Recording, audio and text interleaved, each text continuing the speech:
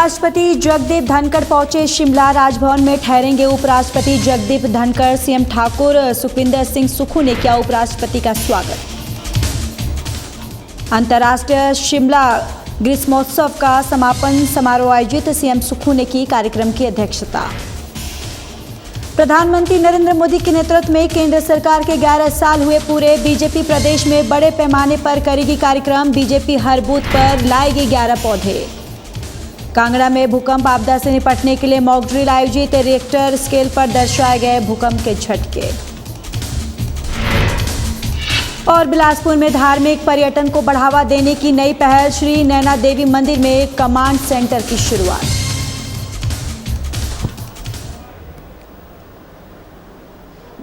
नमस्कार, बहुत स्वागत है आप सभी का। मैं हूं आपके साथ ज्योति यादव। चलिए बुलेटिन की शुरुआत करते हैं। राज्यपाल शिव प्रताप शुक्ल और सीएम ठाकुर सुखविंदर सिंह सुक्खू ने भारत के उपराष्ट्रपति जगदीप धनखड़ का आज शिमला आगमन पर स्वागत किया। भारत के उपराष्ट्रपति आज राजभवन में ठहरेंगे। जगदीप धनखड़ अगले कल सोलन के नौड़ी स्थित डॉक्टर वाईएस परमार बागवानी और वानिकी विश्वविद्यालय जाएंगे। यहां पर वह एक संवाद कार्यक्रम में भाग लेंगे। इसके बाद वो वापस दिल्ली लौट जाएंगे।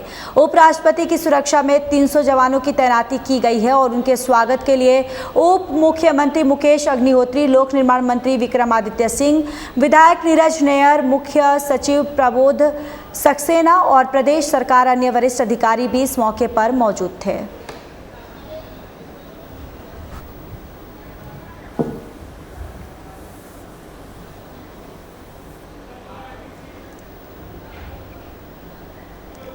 मुख्यमंत्री ठाकुर सुखविंदर सिंह सुक्खू ने वीरवार साय शिमला के रिज पर अंतर्राष्ट्रीय शिमला ग्रीष्म उत्सव के समापन समारोह की अध्यक्षता की है। मुख्यमंत्री ने इस मौके पर ग्रीष्म उत्सव की स्मारिका का विमोचन भी किया। अंतर्राष्ट्रीय शिमला ग्रीष्म उत्सव के अध्यक्ष और उपायुक्त अनुपम कश्यप ने मुख्यमंत्री को स्मृति चिन्ह, हिमाचली टोपी और शॉल भेंट कर सम्मानित किया। इसके उपरांत मुख्यमंत्री पर्यटकों से भी मिले और उनसे बातचीत की। उप मुख्य सचेतक केवल सिंह पठानिया, विधायक हरीश जन्नारथा, मुख्यमंत्री के प्रधान सलाहकार नरेश चौहान, महापौर सुरेंद्र चौहान, उप महापौर उमा कौशल, हिमाचल प्रदेश वन विकास निगम के उपाध्यक्ष केहर सिंह खाची, महाधिवक्ता अनूप कुमार रतन और अन्य गणमान्य भी इस मौके पर मौजूद थे।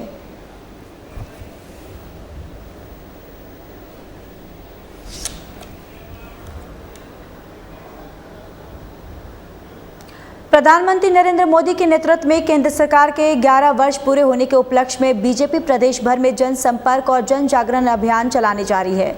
बीजेपी प्रदेश अध्यक्ष डॉक्टर राजीव बिंदल और नेता प्रतिपक्ष जयराम ठाकुर ने शिमला में संयुक्त प्रेस कॉन्फ्रेंस कर इसकी जानकारी दी। डॉक्टर बिंदल ने बताया कि 9 जून को शुरू होने वाले अभियान के तहत हर बूथ पर 11 पौधे लगाए जाएंगे और 20 जून तक कार्यशालाएं आयोजित होंगी। 21 जून को योग दिवस पर नो टू ड्रग्स कार्यक्रम और 23 जून को बूथ चौपाल का आयोजन होगा। 25 जून की आपातकाल का 50वीं वर्षगांठ पर जन जागरण अभियान चलेगा। इस दौरान बीजेपी केंद्र सरकार की उपलब्धियां और प्रदेश सरकार की विफलताएं जनता के समक्ष रखेगी। जयराम ठाकुर ने राज्य सरकार पर तीखे आरोप लगाए। कहा कि कांग्रेस सरकार अफरा तफरी में है और शराब फैक्ट्री जैसे गंभीर मामलों पर भी कार्रवाई नहीं कर रही है।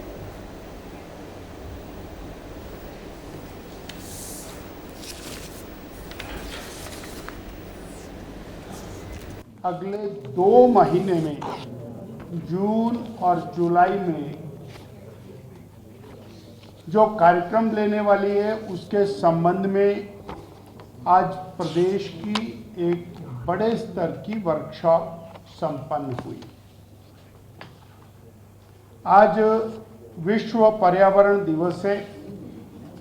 Bharatiya Janata party constructive approach लेकर विश्व पर्यावरण दिवस इस दिशा में अपना योगदान पूरे देश भर में देने वाली है।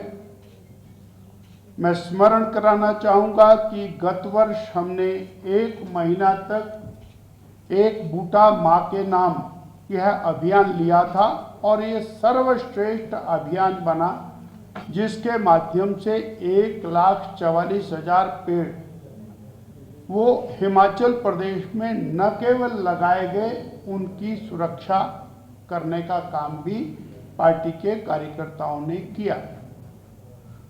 आज ये निर्णय हुआ है कि 15 जुलाई से लेकर 15 अगस्त तक हिमाचल प्रदेश में 8009 पोलिंग बूथों पर 11 पेड़ प्रति पोलिंग बूथ यानी 89,000 ट्रीज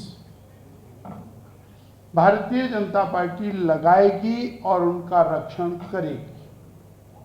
और पर्यावरण के प्रति हमारी गंभीरता, माननीय नरेंद्र भाई मोदी जी का मार्गदर्शन, इसको लेते हुए हम लोग अपने देश को और अच्छे वातावरण में रखें, प्रदेश को अच्छे वातावरण में रखें।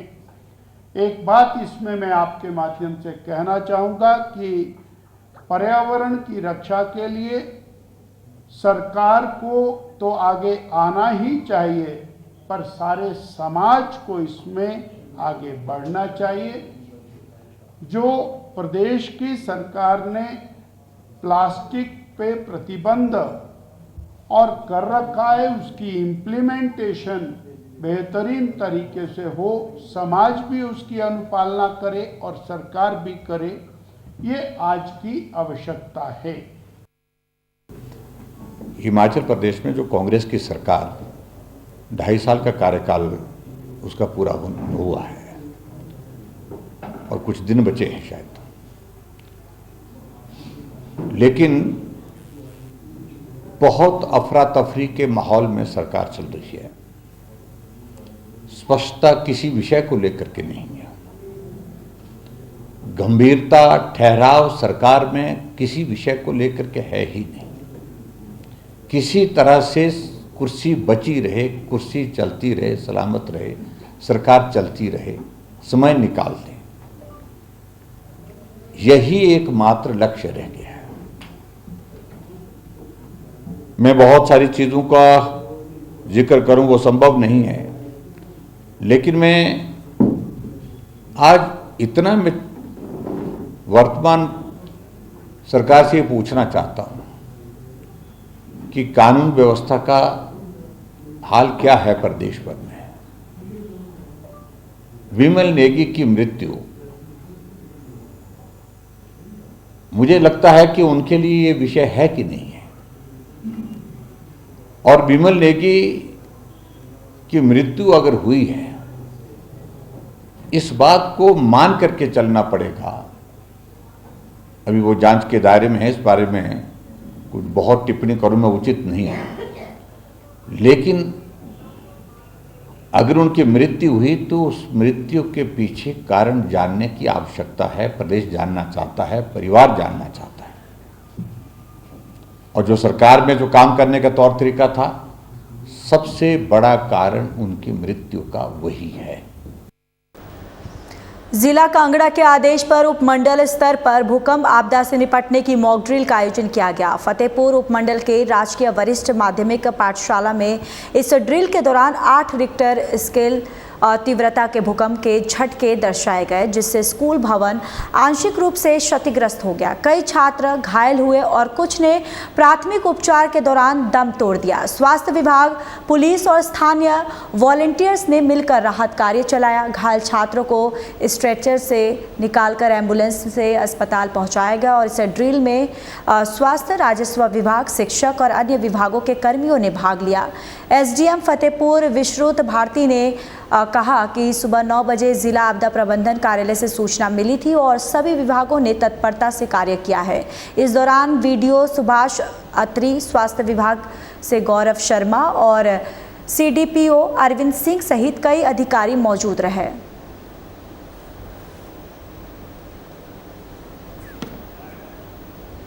सुबह में डिजास्टर डीडीएम में धर्मशाला से एक 9:15 बजे कॉल आई थी कि 8 रिक्टर स्केल का एक जो अर्थक्वेक है वो हिट किया है कांगड़ा में। तो उसके बाद में हमारे यहाँ भी एक स्कूल की बिल्डिंग जो है सीनियर सेकेंडरी स्कूल फतेहपुर, उसमें कुछ लोगों के फंसे होने की आशंका जताई गई थी।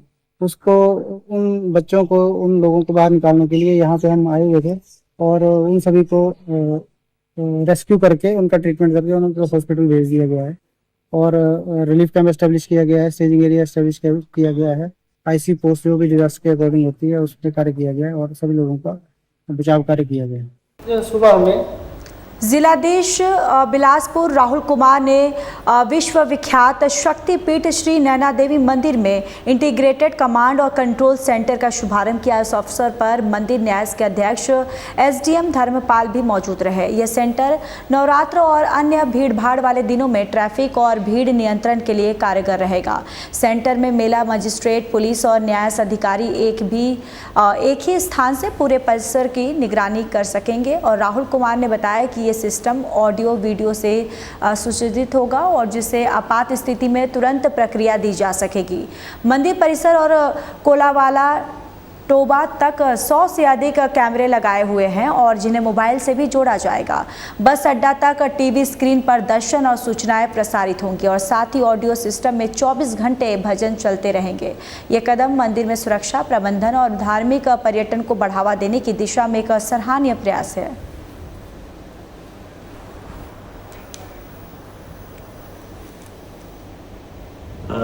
आज मंदिर में integrated command and control centre का विधिवत रूप से शुभारंभ किया गया। माननीय आयुक्त महोदय मंदिर जो है वो आज आए थे। उन्होंने ये विधिवत रूप से इसका जो है वो शुभारंभ करके इसको जो है मंदिर को सौंपा है। तो इससे जो सबसे ज्यादा सुविधाएं ये मिलेगी कि हमारे पास जो कमांड एंड कंट्रोल सेंटर ये काम ऐसे करेगा कि ऑडियो विजुअल जो है वो हमारा यहीं से कंट्रोल होगा। साथ में जितने भी कैमराज हैं हमारे जो टोबा तक वर्किंग है, अराउंड 100 कैमराज हैं और इसमें और 70 से 80 कैमराज और जुड़ने वाले हैं। तो ये जितने भी जो है वो क्राउड कंट्रोल में हमें अच्छे से मदद देंगे। और मदद इसके साथ साथ जो हमारा मेला जो कि हर वर्ष जुलाई या जो अगस्त के महीने में होता है, जो अगले महीने शुरू होने वाला है, तो उसमें प्रॉपर क्राउड कंट्रोल हम कैसे कर पाएंगे, लोगों को बेहतर सुविधा और दर्शन कैसे करवा पाएंगे और कैसे उनको जो है बैचेस में ऊपर तक लाया जा सकेगा, सो दैट किसी भी तरह की अनहोनी से हम बचें इसमें और एक पुलिस और प्रशासन के बीच में एक अच्छा तालमेल बने। क्योंकि मैं श्री नैना देवी जी का दर्शन करने का मुझे मौका प्राप्त हुआ, मुझे बड़ी सौभाग्य की बात है। साथ साथ जैसे आपको पता है कि यहाँ पे हमने शुभारंभ भी किया है integrated control and command centre का। और मेन इश्यूज हमारे जैसे मंदिर में आपको पता है कि हमारे श्रद्धालु हिमाचल के साथ साथ हमारे अलग अलग जो पंजाब से भी आते हैं, आनंदपुर साहिब हो गया, तो इसमें crowd management, traffic management, crowd control की बड़ी समस्याएं होती हैं। तो हमने ये डिटेल प्रोजेक्ट इसको एग्जीक्यूट किया है और इस पर इनॉग्रेट भी किया है। इसमें इश्यूज काफ़ी सॉर्ट आउट हो जाएंगे। जैसे हमारे यहाँ पे जो मजिस्ट्रेट होते हैं और पुलिस की टीम होती है वो पूरा एक कमरे में बैठ के पूरा ओवरऑल जो कंट्रोल एंड कमांड कर सकते हैं यहाँ पे जहाँ पे ट्रैफिक कम है या ज़्यादा है या क्राउड कम है ज़्यादा है, ताकि कोई ऐसी दुर्घटना हमारे खासकर जो मेले का समय होता है वहाँ पे काफ़ी श्रद्धालु आते हैं, तो उसमें ऐसा कोई इशूज ना आए और उसको हम अच्छे से मैनेज। ग्राम भगेटू में निर्जला एकादशी के पावन अवसर पर शिव मंदिर परिसर में एक धार्मिक और सामाजिक छबील का आयोजन किया गया।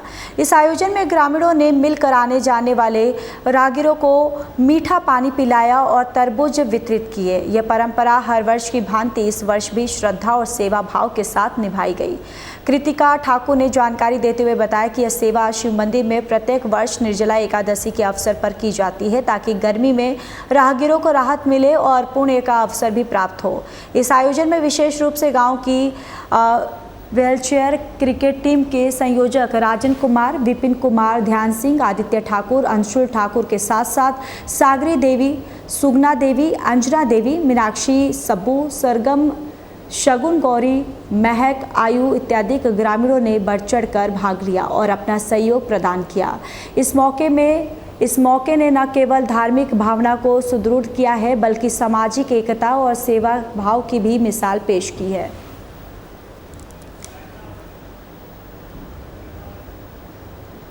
चलिए, इस बुलेटिन में इतना ही। बाकी देश और दुनिया की तमाम बड़ी खबरों के लिए जुड़े रहिए हमारे साथ। नमस्कार।